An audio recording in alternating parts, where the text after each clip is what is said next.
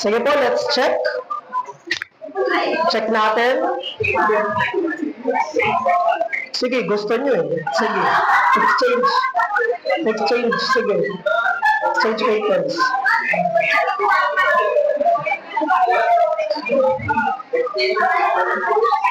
Sige po, paalala. Huwag kayong masyadong ma-pressure. Review po ito. Review natin.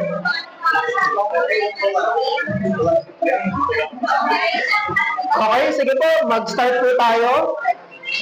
Number one, sa panahon ni Jesus, ang Old Testament ba bilang kasulatan ay gumagana na at kinikilala bilang otoridad? The answer ay letter A. Yes. Maaalala niyo si Christ ay nagko-quote ng Old Testament scriptures. Number 2, ano yung Greek translation ng Old Testament? Na, wait lang. Na ginawa bago yung panahon ni Jesus. Ang answer ay B, Septuagint. So, kung maaalala nyo, ang ibig sabihin ng Septuagint ay 70. Kasi 70 yung nag-translate according sa tradition. Ay, number 3. Wait lang. Basahin muna natin. Review nga ito eh. Bakit tayo naniniwala na yung 39 books ng Old Testament ay authoritative at inspired ng Diyos? Ang answer dito ay A at B. So, kahit alin sa dalawa. So, review.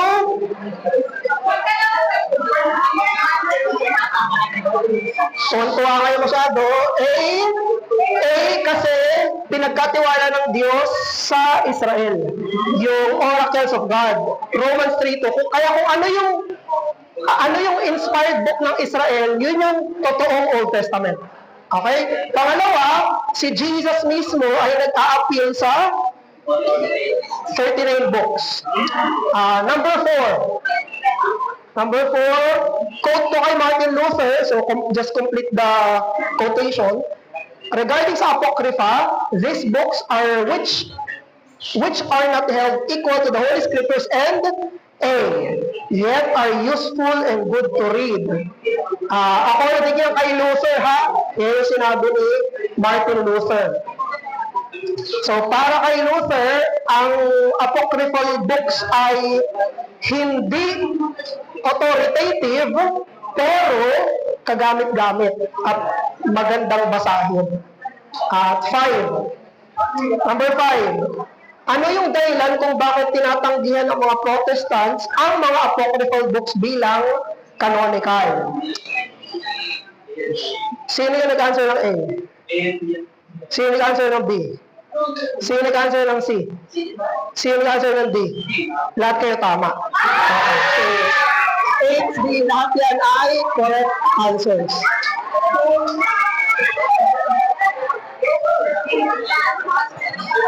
So, ulit, review bakit hindi natin tinatanggap bilang canonical? Una, dahil hindi siya tinatanggap ng mga Jews. Sila oracles of God. Number 2, dahil silent year siya sinulat, walang prophet sa time na yun. Letter C, dahil may mga errors doon, katulad ng prayer for the dead. Second Maccabees. At letter D, dahil walang debate si Jesus at ang mga Pharisees tungkol sa Old Testament. Para kay Jesus at apostles, agree sila sa Tanakh. Agree sila sa Old Testament.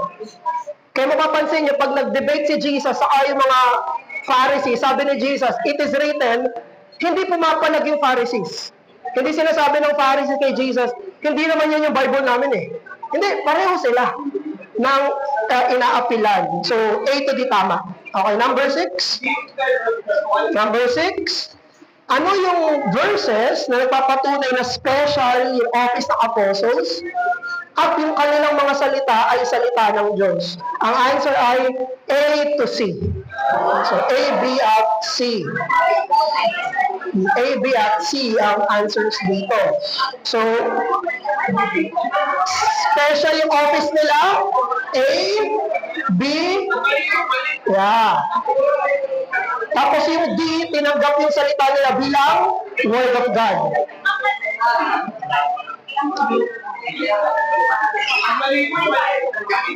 Sige, number 7. Humigit kumulang, kailan nasulat yung New Testament? Ang answer ay B. D. AD 45 to 100. Ang question, bakit? Nung AD 1 hanggang 33, buhay pa si Jesus nito. Walang nagsusulat habang buhay pa si Jesus. Nagsulat yung mga apostles after na ng ascension ni Christ. Later on, no? So, 45 to 100. Bakit 45 to 100? Kasi dyan, buhay pa yung apostles. Sa panahon ng 100 to 400, patay na sila. Paano sila magsusulat? So, hindi na canonical yun. Number 8. Just fill in the blanks. God, isa to sa conclusion sa previous lessons, God has formed and preserved His Word in the written scripture history through the A. Messiness, ordinariness, and humanness of its process. Napaka-ordinaryo ng pagpapasapasahan ng mga copies. 9. Number 9, bakit canonical yung Mark sa Luke? Hindi naman apostle si Mark at si Luke. Ang answer ay B. Sila'y associates kasama ng mga apostles. Sino yung kasama ni Mark? Sino yung closest kay Mark? Peter. Disciple niya si Peter. Disciple ni Peter si Mark. Sino yung kasama ni Luke na apostle? Si Paul. Associate sila sa Book of Acts. Makikita natin yan. Next. 10. What are the 3 divisions of the Hebrew Bible Tanakh? Ang answer ay A. Sana hindi kayo nag-B at C. Kasi Nephilim yung nakalagay dyan. Yan yung sa Genesis na mga pinagtatalunan kung angel ba yan. Number 11. Ano yung tatlong criteria ng New Testament canonicity? Ang answer ay B. Una, dapat sumulat ay apostle. Pangalawa, dapat ay inline sa turo ng apostle. At pangatlo, tinatanggap ng maraming Christians at churches, Catholicity. Number 12. Medyo historical siya. Sino yung church father na nagsabing pwedeng basahin yung Apocrypha for edification pero hindi for authoritative doctrine? Church father, ha? So wala si Luther dyan. Answer ay B. Si Jerome. B. B. Jerome. Jerome.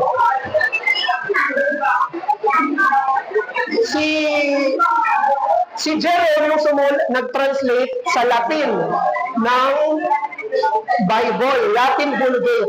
Yeah.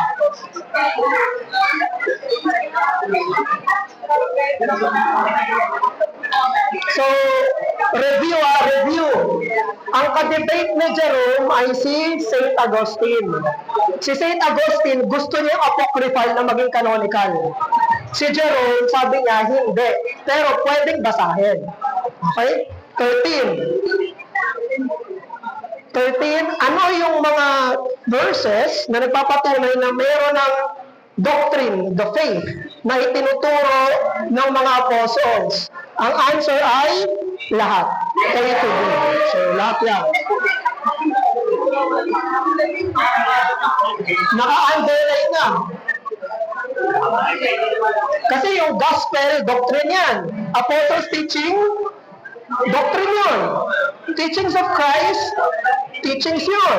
The faith, yung na i-deliver sa saints, yun ay doctrine. No? Sige, number 14. Ito yung Marcionism. Ano yung danger ng Marcionite heresy in principle? May sumagot ba ng B? Sige pag may sumagot na B dyan, ang letter I, A. Kasi meron ng theology si Marcion. Ano niya, Paul? Ano yung theology ni Marcion? Alam mo naman na yun eh. Basta meron siya paniniwala, tapos nung binasa niya yung scripture, inalis niya yung Old Testament sa ilang Testament. Meron na siyang paniniwala, in-adjust niya yung Bible sa paniniwala niya. So, yun ang isang danger. Number 15. Ano yung pinagkaiba ng Roman Catholic Church at Protestant sa reception, sa pagtanggap ng Bible? Ang answer ay A. Ang Roman Catholic Church ay naniniwala sa sola ecclesia. Yung church ay infallible. Tapos, ang Protestant, hindi tayo naniniwala na ang church ay infallible. Kundi ang scriptures ang infallible na tinatanggap natin. 16. Ano yung special sa apostolic office? Reminder tinatanong natin ay yung office. Yung office, yung kanilang tungkulin. Ang answer ay D. Sila yung official ng mga kinatawan na pinadala ni Jesus. Okay? 17. Ano yung mga verses na nagpapakita na tinuring ng isang apostle yung kapwa niya writings ng ibang apostles bilang authoritative? So, hinahanap natin ay kunyari apostle si Paul, tapos apostle din si Ed, tinuring ni Paul na authoritative yung sulat ni Ed. Ganun yung question. Okay? Ang answer ay A at B. Dalawa. Yung B, clear. Si Peter, tinuring niya yung sulat ni Paul bilang authoritative. Sa A, tinuring ni Paul yung sulat ni Luke na authoritative. Yung the laborer deserves his wages, yan ay unique sa Book of Luke. Nasa Luke yan. Okay? 18. Paano sasagutin yung objection? Kung galing sa Diyos yung mga canonical books, bakit ang tagal na kilalanin ng church ito at bakit merong mga pagtatalo-talo tungkol dito? Ang answer ay sino yung A? Sino yung B? Wala. Walang answer B? Sino yung C? Sino yung D? Yan, A to C yung sagot. So, tatlo yung answer.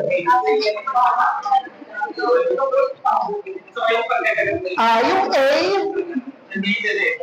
binigay ng Diyos ordinary means, therefore, it will take time. Yung B, hindi totoo na sobrang daming pagtatalo. At letter C, kung binigay ng Diyos to in ordinary process, hindi totoo na wala dapat disagreement dito. 19. Fill in the blanks. Let me read. Sabi ni Kruger, wait lang, basahin muna natin. Wait lang. Because of the noetic effects of sin, nireview namin, ano yung noetic effect ng sin? Dulot ng kasalanan sa pag-iisip. Okay? Because of the noetic effect of sin, the natural man, excited ka sumagot Kadabila. The natural man cannot reliably recognize these attributes of canonicity. Thus, we need the A. Internal testimony of the Holy Spirit. The internal testimony is not private revelation, but it is the Spirit opening our eyes to the truth that these attributes and producing belief that these books are from God. So, A. And then last one na, so tapos na tayo. Application. Paano dapat ma-apekto sa buhay Kristiyano yung pag-aaral tungkol sa canon of Scripture? So, ang answer ay A to D. So, lahat ay tama ito. So,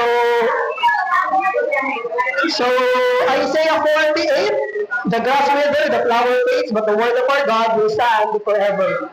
So, sige po, ibalik niyo na sa may-ari at mag-pray na tayo. Reminder, review lang to. Huwag mo masyadong... Pero kung competitive kayo, sige.